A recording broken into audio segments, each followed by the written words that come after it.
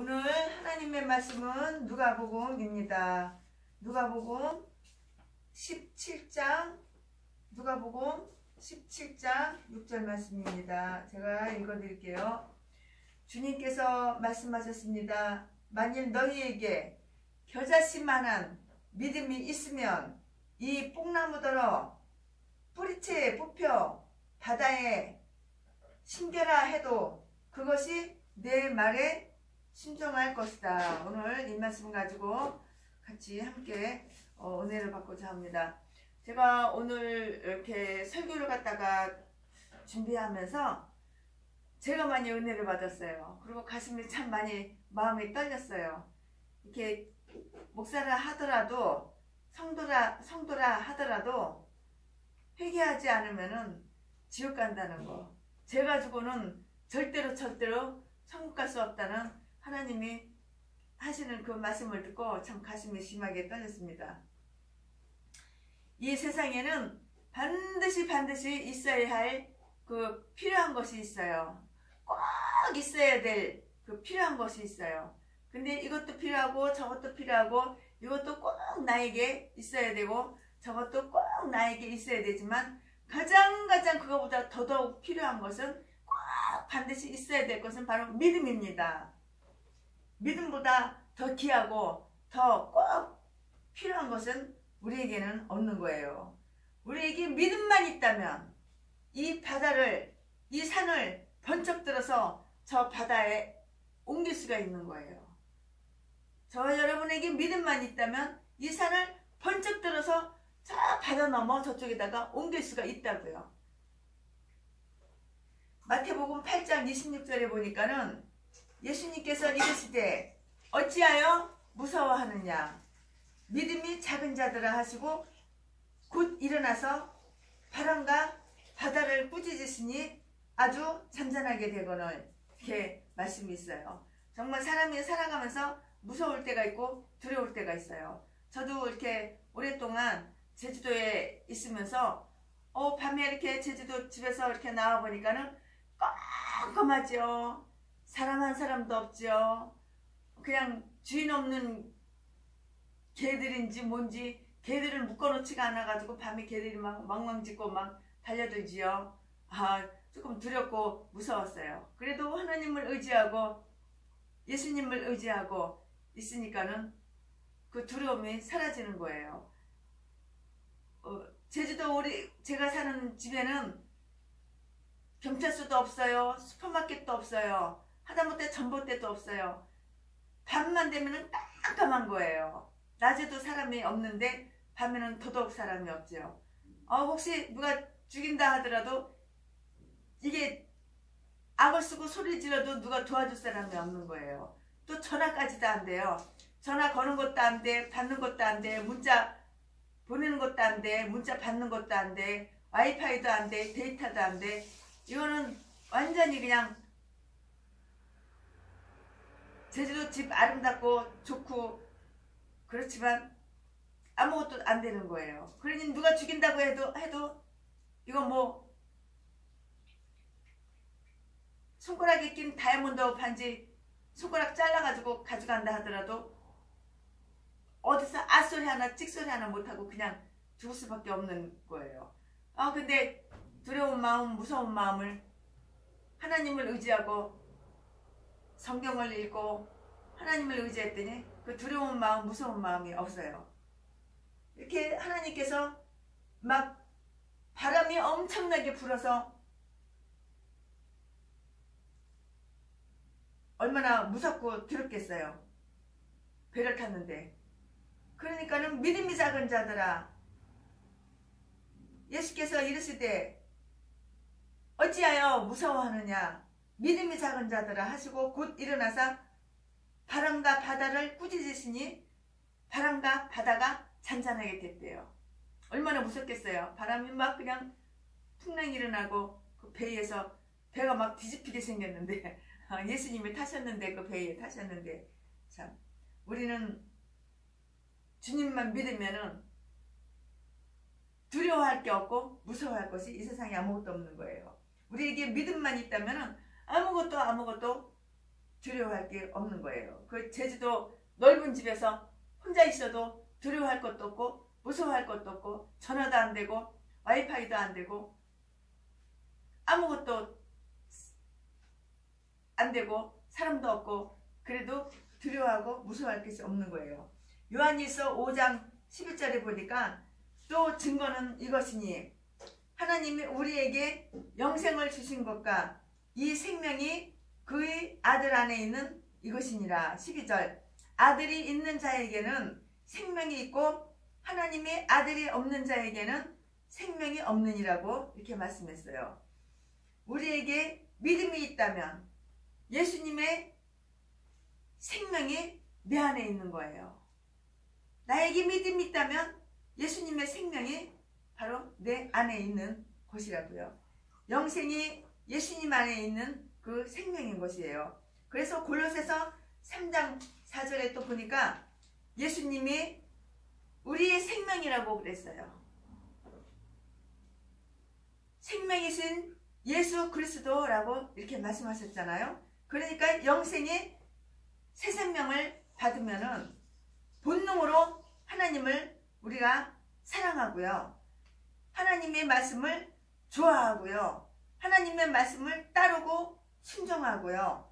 본능적으로 이렇게 그냥 되는 거예요.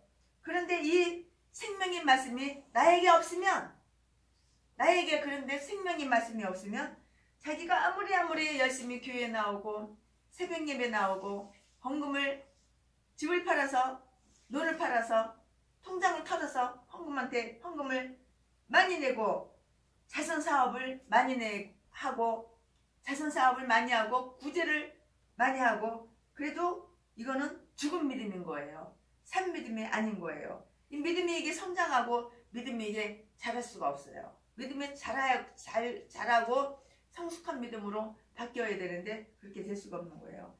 이 살아있는 믿음이라 해야지만 믿음이 자라고 믿음이 성숙하게 돼요. 이미 우리가 영생을, 새 생명을 받은 믿음이에요. 저와 여러분은 영생을, 새 생명을 받은 믿음이라고요. 그 믿음이 바로 살아있는 믿음이에요. 정말로 여러분이 영생을 얻었으면은 그거는 살아있는 믿음이지 죽어있는 믿음이 아니에요. 이것을 좀 더 다른 말로 우리가 설명을 하면은 왜 다른 사람은 예수님이 안 믿어지는가? 누구는 예수님이 믿어지고 누구는 성경 말씀이 믿어지는데 누구는 예수님이 안 믿어지고 누구는 성경 말씀이 믿어지지가 않는가? 왜 예수님을 안 믿는가? 영생을 얻어서 산 믿음이 살아있는 사람은 어떤 믿음인가? 어떤 사람은 왜 성경을 믿지를 않는가? 의심하는가? 안 믿어지는가? 살아있는 믿음은 좀 더 살펴보면은 무슨 믿음이냐? 살아있는 믿음과 죽어있는 믿음. 살아있는 믿음은 좀 더 살펴보면은 회개를 하고 회개가 된 그러한 믿음을 살아있는 믿음이라고 해요. 내가 회개하지 않았어? 내가 회개가 되지가 않아? 이것은 죽은 믿음이지 살아있는 믿음이 아닌 거예요. 그러나 나는 회개가 되어 있어. 하나님의 회개의 영을 주셔서 내가 내 잘못을 내가 인지하고 내가 날마다 회개를 해. 이것이 바로 살아있는 믿음인 것이에요.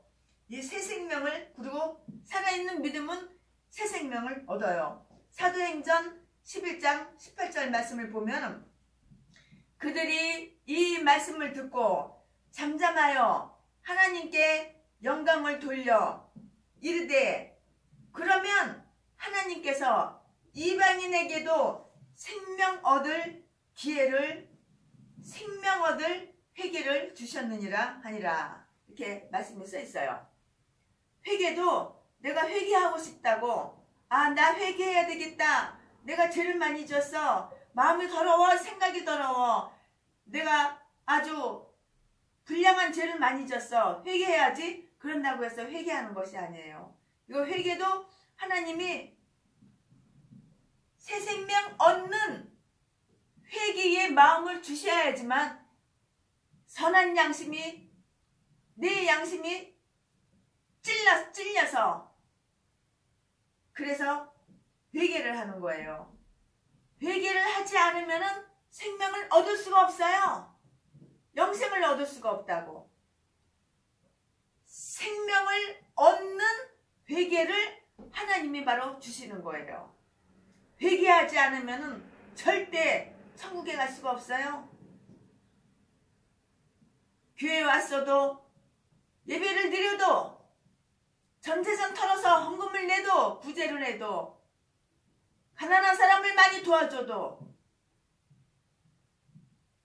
회개를 하지 않으면 생명을 얻는 회개를 하나님이 그 사람에게 주시지 않으면 천국에 갈 수가 없어요. 구원하고는 아무런 상관이 없는 거예요. 이 회개는 바로 생명을 얻는 것입니다. 생명 얻는 회개를 하나님께서 그 사람한테 주어야지만 그 사람이 온전히 회개하고 생명을 얻는 거예요. 생명이 이르는 회개를 주셨다.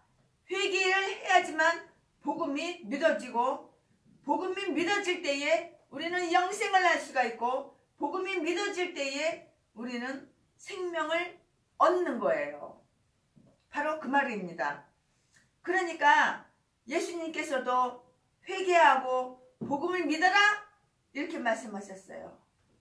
회개하고 먼저 순서가 있어요. 먼저 순서가 회개를 하고 복음을 믿는 거예요. 복음을 먼저 믿고 회개하는 것이 아니라 먼저 회개를 하고 복음을 믿는 거예요. 그 회개는 생명 얻는 회개를 하나님이 주시는 거예요. 내 마음대로 회개하고 회개가 내 마음대로 되는 것이 아니더라고요. 그러니까 살아있는 믿음이라고 하는 것은 그냥 예수님을 믿어서 산 믿음이 된 것, 그것 아니고요. 좀 더 구체적으로 살펴보면은 회개하는 믿음이에요. 회개하는 믿음. 믿음이 없으면은 이 회개가 안 나와요. 믿음이 없으면 회개를 하고 싶어도 회개를 할 수가 없는 거예요. 이거 회개를 해야지만 생명을 얻는데 이 회개가 안 되는 거예요. 믿음이 없어서는 믿음이 없이는 이게 생명 얻는 회개가 이게 되지가 않는 거예요. 내가 회개해야지 아무리 마음 먹어도 회개가 안 되는 거예요. 두 번째로 살아있는 믿음이란 무엇이냐면은 예수님의 십자가 구속과 부활을 믿는 믿음이에요. 예수님의 십자가 구속과 부활을 믿는 게 이게 바로 살아있는 믿음이라고요. 예수님이 마가복음 1장 15절 말씀을 보니까 하나님의 나라가 가까웠느니라. 하나님의 나라가 가까웠으니 회개하고 복음을 믿어라 그랬어요. 하나님의 나라가 가까이에 왔으니 회개하고 복음을 믿으래요. 이렇게 말씀하셨다고요. 그러니까 회개하지 않고는 이게 복음이 믿어지지가 않는 거예요. 내가 온전히 나의 악한 행실들, 악한 생각들, 마귀가 넣어주는 생각, 마귀가 넣어주는 그 마음, 그거를 온전히 회개를 해야지만 이 복음이 믿어지는 거예요. 하나님의 말씀이 믿어지는 거예요. 그렇지 않고서는 설교를 들어도 건성으로 설교를 한 귀로 듣고 한 귀로 흘려버리고 성경을 읽어도 성경이 내 목에, 내 가슴에 말씀이 칵 새겨져서 말씀을 지키고 그런 것이 아니라 한 길로 듣고 한 길로 그냥 흘려버리는 거예요. 복음이 믿어지는 거, 이것은 바로 회개입니다. 온전히 회개를 해야지만 복음이 믿어져요. 예수님이 우리 죄를 구속해서 예수님이 우리 죄를 구속하기 위해서 십자가에 죽어주셨으니까 복음의 그 핵심은 예수님의 십자가, 구속과 부활이에요. 그러니까 살아있는 그 믿음은 예수님 십자가, 구속의 부활을 믿어야지만, 그래야지만 되는 거예요. 그 믿음이 바로 살아있는 믿음이 있는 거예요. 예수님의 십자가, 구속을 믿는다는 것은, 그 말뜻은 우리 예수님이 십자가에 달려서 죽으셨잖아요. 우리 예수님이 십자가에 이렇게 달려서 죽으셨잖아요. 그 죽음은 바로 속죄양으로 죽으신 것이에요. 속죄양, 누구의 그 속죄양인가요? 우리 예수 믿는 사람의 죄를 예수님이 대신, 내 죄 대신 갚아주시기 위해서 죽으셨다, 그 말이에요. 그러니까는 살아있는 믿음이 되려면 이걸 바로 믿어야 되는 거예요. 우리 예수님이 십자가에 죽으신 것은 바로 내 죄값, 나의 그 죄값을 예수님이 대신해서 담당해 주셨다, 이 말이에요. 내 죄가 이렇게 많아요. 이 죄를 예수님이 대신 이렇게 담당해 주셨어요. 그러니까 나는 죄가 없는 거예요. 예수님이 대신 죄를 담당해 주셨으니까. 이 십자가에 죽으신 것은 바로 내 죄값을 예수님이 대신 담당해 주시려고 죽으셨구나. 이걸 믿어야 돼요. 이걸 믿는 사람이 어떻게 또 죄를 질 수가 있나요? 이걸 믿는 사람이 어떻게 또 악한 행실을 할 수가 있나요? 이걸 믿는 사람이 어떻게 마귀가 넣어주는 악한 생각대로, 마귀가 넣어주는 그 악한 마음대로 남을 미워하고, 남을 시기하고, 남을 질투하고, 남에게 누명을 씌우고, 어떻게 그렇게 할 수가 있나요? 그렇게 할 수가 없는 거예요. 내 이웃을 내 몸과 같이 사랑하고, 내 이웃을 내 몸처럼 사랑해서 피해를 안 주고 유익하게 해주는 거예요. 왜냐고? 예수님은 내 죄를 대신해서 담당해 주신 것을 믿으니까요. 이제는 내가 죄에서 해방되어서 깨끗해졌다. 나는 태어날 때부터 죄인이고, 내가 알고 지은 죄, 모르고 지은 죄, 죄가 얼마나 많지만은 예수님이 십자가에서 내 대신, 내 죄 대신 담당하시기 위해서 내 죄값을 대신 갚아 주시느라고 죽어 주셔서 이제 나는 그걸 믿음으로 죄를 깨끗하게 씻었다. 이거를 믿어야 돼요. 이걸 믿는 사람은 죄를 질려야 질 수가 없어요. 이걸 믿는 사람은 시기 질투 헬래야 할 수가 없어요. 이걸 믿는 사람은 이웃에게 피해를 주고 해를, 악을 끼칠래야 끼칠 수가 없어요. 내가 깨끗한 사람인데, 내가 정결한 사람인데, 하나님 예수님께서 내 죄를 대신 담당하셔서 내가 깨끗해졌고 정결한 사람인데 어떻게 더러운 생각을 하고, 어떻게 마귀가 넣어주는 악한 생각을 하고, 어떻게 마귀가 넣어주는 더러운 생각으로 이웃을 미워하고 이웃에게 피해를 주고 시기 질투로 다 어떻게 누명을 씌우고 그렇게 할 수가 있나요? 그렇게는 할 수 없는 거예요. 어떻게 그렇게 할 수가 있냐고요? 어떻게 더러운 행동을 할 수가 있겠냐고요? 없어요. 이것이 바로 살아있는 믿음인 거예요. 그 다음에는 우리가 부활을 믿어야 돼요. 부활을 믿지 않으면 믿음이 헛된 것이에요. 헛된 것이라고. 고린도전서 15장 17절 말씀을 보니까 그리스도께서 다시 살아나신 일이 없으면 너희의 믿음도 헛되고 너희가 여전히 죄 가운데 있을 것이요. 18절 또한 그리스도 안에서 잠자는 자도 망하였으리니 19절 만일 그리스도 안에서 우리가 바라는 것이 다만 이 세상의 삶뿐이면 모든 사람 가운데서 우리가 더욱 불쌍한 자니라 그랬어요. 우리가 살아있어요. 언젠가는 죽어요. 여기 서 있는 최순애도 언젠가는 죽어요.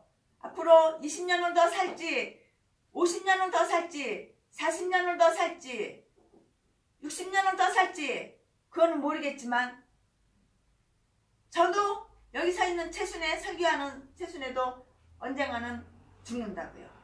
근데 이 생뿐이면은 얼마나 처참하고 정말 불쌍한 자 될까요? 천국이 없다면 우리는 예수 믿는 사람은 최고로 불쌍하고 최고로 처참한 거예요. 먹지 않고 입지 않고 아끼고 모아서 1억 5천만 원을 천국에다가 심어놓고 후원을 하고 그랬는데 천국이 없다면은 그거 뭐예요? 정말 불쌍한 거예요. 예수님의 부활을 믿지 아니한다면 우리가 여러분이 아무리 나는 예수님의 십자가를 믿습니다. 나는 예수님의 십자가 구속을 믿습니다. 그래도 자기 스스로 하는 말이고요. 이것은 죄사함을 받지를 못한 거예요. 예수님이 부활을 했는데 그것은 역사적인 사실입니다. 아무도 부인을 못해요.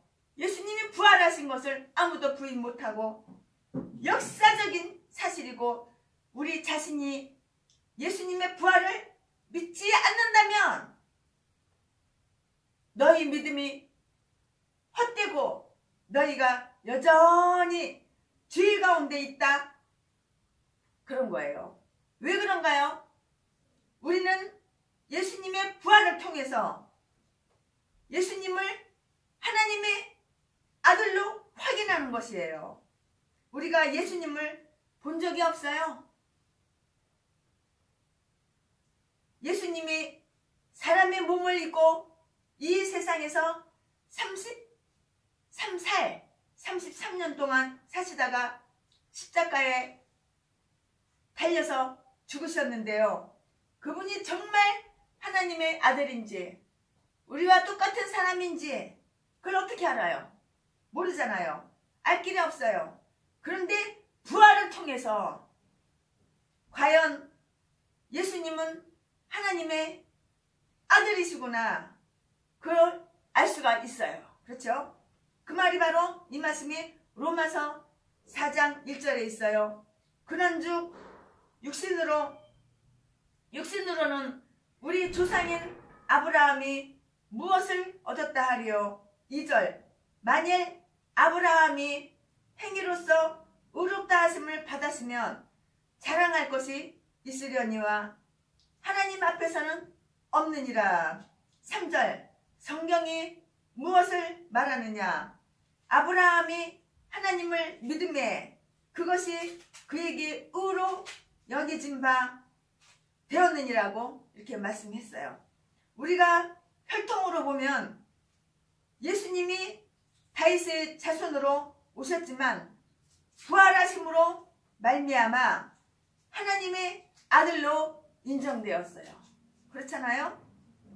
아무리 좋은 믿음이 좋은 사람도 이삭이나 야곱이나 아브라함이나 다니엘 어떤 신앙의 이인도 부활하지 못했어요. 아무도 이 세상에는 부활한 사람이 없어요. 아무리 믿음이 좋은 다니엘도 부활하지 못했다고요. 예수님은 그러나 3일 만에 부활하시니까 과연 하나님의 아들이시구나. 과연 예수님은 죄가 없으신 분이시구나. 그 증거는 바로 부활했다는 증거. 죄가 없으신 하나님의 아들이기 때문에 부활하셨다는 거. 그걸 알 수가 있어요. 뿐만 아니라 예수님이 부활 때문에 예수님의 십자가 구속이 완성된 것을 알 수가 있는 것이에요. 예수님이 십자가에서 죽으신 것은 속죄의 양으로 죽으셨어요. 분명히 속죄의 양으로 예수님이 죽으셨어요. 그러나 지금까지 부활을 안 했다고 한다면 어떻게 되겠나요? 속죄의 양으로 죽은 것이 바로 진행 중이다, 진행 중이다, 그런 말이에요. 그렇기 때문에 예수님이 속죄의 양으로 죽으셨어도 내 죄가 완전히 사함받았다고, 깨끗하다고 믿을 수가 없는 거예요. 왜냐하면 진행 중이기 때문에 그래요. 현재 진행형, 현재 진행 중이라고요. 그런데 예수님이 부활하셨다고 하는 것은 바로 속죄의 양의 그 일이 끝! 피니시! 끝났다고 하는 것이에요. 다시 말하면 우리의 죄값을 갚는, 담당하는 일이 이제 완전히 끝났다! 피니시, 피니시! 완전히 끝났다. 끝났으니까 완성이 됐다. 그 말이에요. 예수님이 우리 죄를 담당하시고 대신, 나 대신 십자가에 지셔서